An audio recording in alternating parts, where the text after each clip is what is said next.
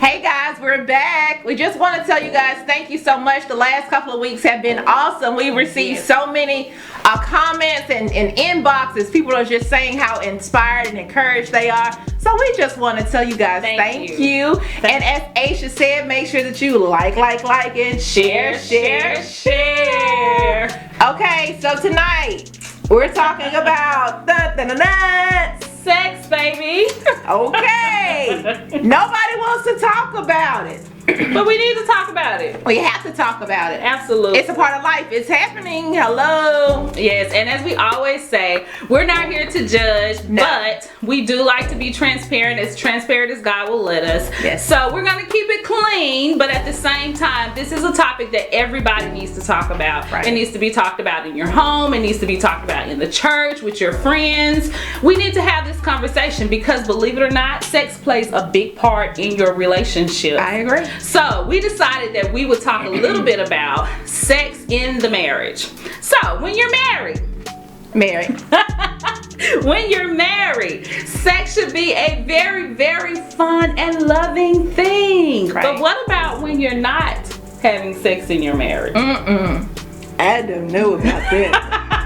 I don't know about it. But listen, I have heard about, We're really silly. Y'all know we like to joke about everything. But honestly, it's happening. There are sexless marriages. And I just didn't believe it. Like, you don't think about it. You just think, you don't think about it, but you're going, okay, well, surely they do it sometimes. Yeah. But of course it's not like that at the beginning, but something happens over the course of time. Yes. I don't know what it is. What do you think it could be? I'm gonna be honest with you. When I was a little girl watching my mother and my great granddaddy, he slept in one room, she slept in the other room. I know that they weren't doing much of anything at that age because I was sleeping with my dad all the time, but I thought that something like that only happened like when you got really, really older and back in the day. But the more I talk to people, the more people that I engage with, there are a lot of relationships where they are not having sex, sometimes because of trouble in the marriage, and they just kind of break off, but they make a decision that they're just going to stick together. Right. But they're not sleeping with anybody in the marriage. What triggers me is, well, if you ain't sleeping with, That's why I looked at the people like them. who are you being with? Because it's pretty tough for me. That would be pretty tough.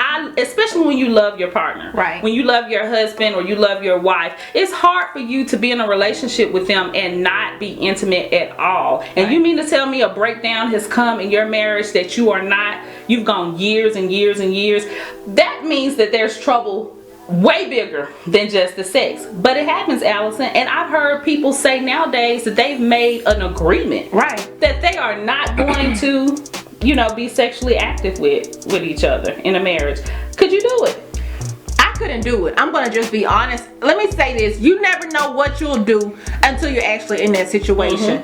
Me now, I'm saying I don't know. I don't want to say. I want to say no, but I don't know. Yeah. I think that it comes from a breakdown in communication. Yeah. Because if you don't communicate everything, like if I don't even want you really to touch me. I don't want you to look at me if you're not respecting me, if you're not communicating with me, then it's hard. If I'm not mentally stimulated, I can't be physically stimulated. Yeah. And that's just, I get that. that's me. Yeah. So if it's been trouble in paradise, and a lot of times people that look like us, they're unwilling to get counseling. Yes. They're unwilling to say, you know what, we have an issue. Let's address this. Let's talk about what happened. Yeah. When did this start? Yeah. Me, I like to talk about everything. I like to tell you, you know what, you're slipping. And you know, I joke, I'm like, you're slipping on your pimping. Yeah. But I mean, my husband, I just joke like that. I'm like, okay, player, you slipping. Yeah.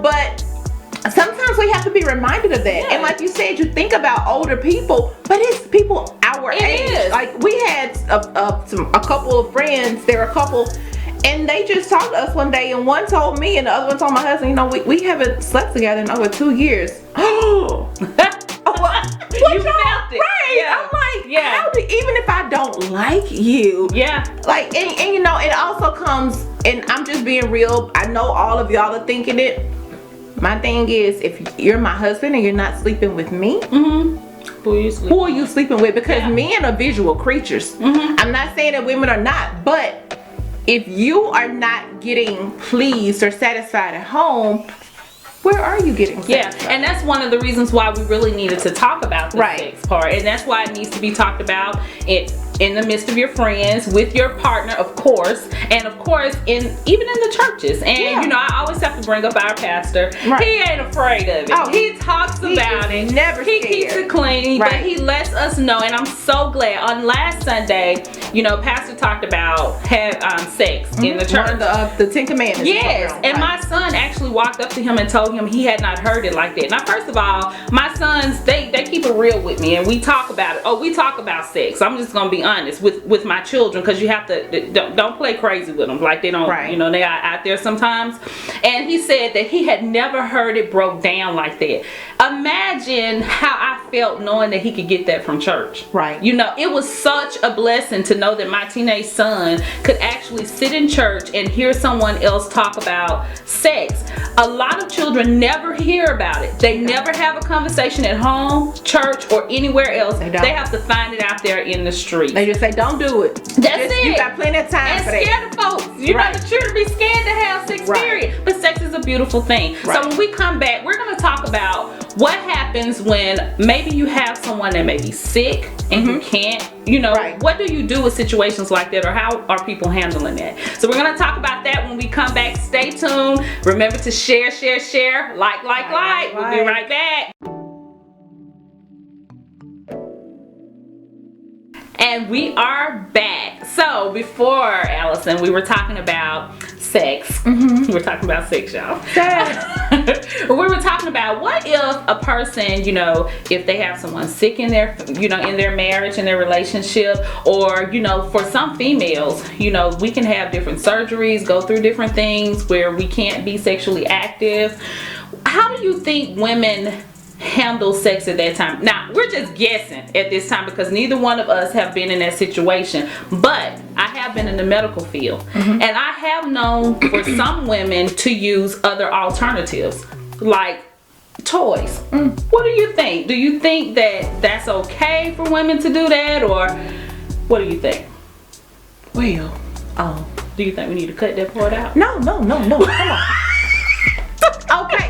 So let me address the first part. The first part about is being sick. If you're sick, of course, you know, our vows say for better or for worse. If you are sick, that's a whole nother ball game. We're talking about if you are physically healthy and everything works and everything is okay. But you even have to think about when women have children. You know, when we're breastfeeding. When we have postpartum, even when some men I've heard are on blood pressure medicines or whatever, you know, that has an issue with, that's something different. We're gonna have to come up with some type of alternative measures. That's why I asked about the toys.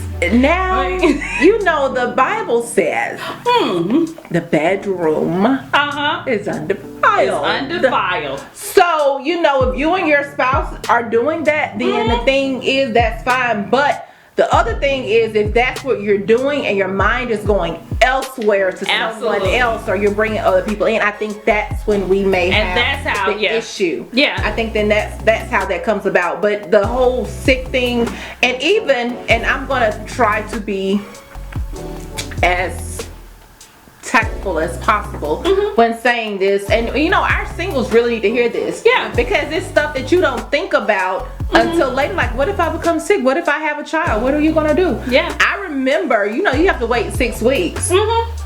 My husband is my husband. So, okay, let's go to plan B, husband.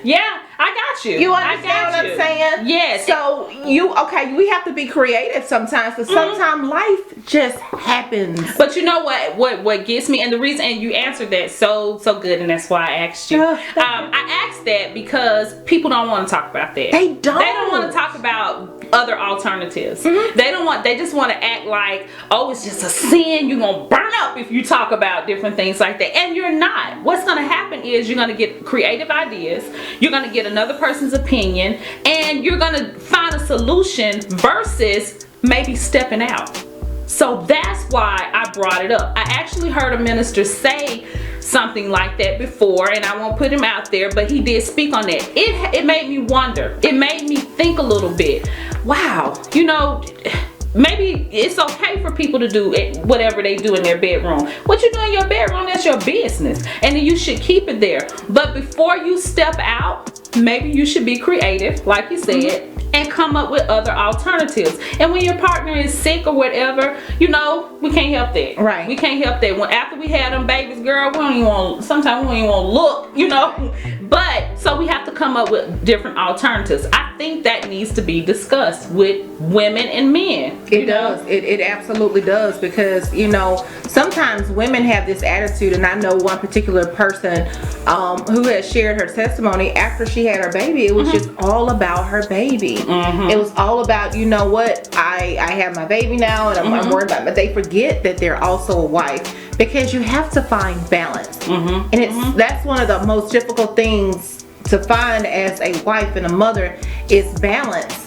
And you know, you're used to being a wife, but now you have this new thing, this mom thing, and this baby is hanging on one boob, and don't let the one be hanging at your knee, girl. You know what you talking about? So that in itself is hard, but we have, and I'm not saying to drop your children and drop that, but you just have to remember that you have these men over here, and again, men are physical creatures. And I remember, and men actually get, they just are, they get a little jealous. I remember my husband saying, yes, I want to lay on you. I was like, yo, big wrong, rusty self. Yes, I've heard the same thing. But you have to give them attention as well. And even if it's not physical, you have to do something. Even if it's just touch, babe, I got you. Just hold on a little longer. But again, even in our marriage, we don't want to talk about it. And if we talk about it beforehand, then I think sometimes it would be a little bit easier. I agree. If we get like little groups together as women, prepare the women who have not had children yet, women who, you know, one day they may become ill or their spouse may become ill. If we have a group to support each other, look, girl, you're gonna get through this. This is an alternative. Why don't y'all try this? You know, that would help a person to get through, because me personally, I know of some people who have actually ended relationships. Now, of course, this means that the relationship wasn't built on the right things anyway, but their relationship struggled because the lack of sex in the relationship. And I was thinking to myself, do other relationships suffer because of that, because of the lack of sex in the relationship? Because you can start off, your relationship is built on solid ground, on all the right things, but you can really struggle when it comes down to the sex. So we should talk about it. We have to talk about it. If you don't talk about it, I think you're setting yourself up for failure. Sex incompatibility is one of the top reasons. Sex, finances, those are the top reasons. Like, and it doesn't matter if you're in the church, out the church, whatever. It's just one of the top reasons why people get divorced. So again, we need to talk about it. People outgrow certain things. We had a conversation earlier, just a 4-year difference. You know, what I wanted at 25 was totally different from what I wanted at 30. Absolutely. So I've been married for 18 years. Well, what I wanted 18 years ago, I'm at a different season. I want something else. I have to communicate that. But what happens when this person, even, you know, I was listening to something this morning where your libido just drops. It gets low for men or women. Well, what woman wants to tell her husband, I'm not really, So they're going to think, I'm not doing it for you anymore. And that's not the case. Or if the man is not able to, you know, bam, bam, bam, bam, bam. We might just be like, bam,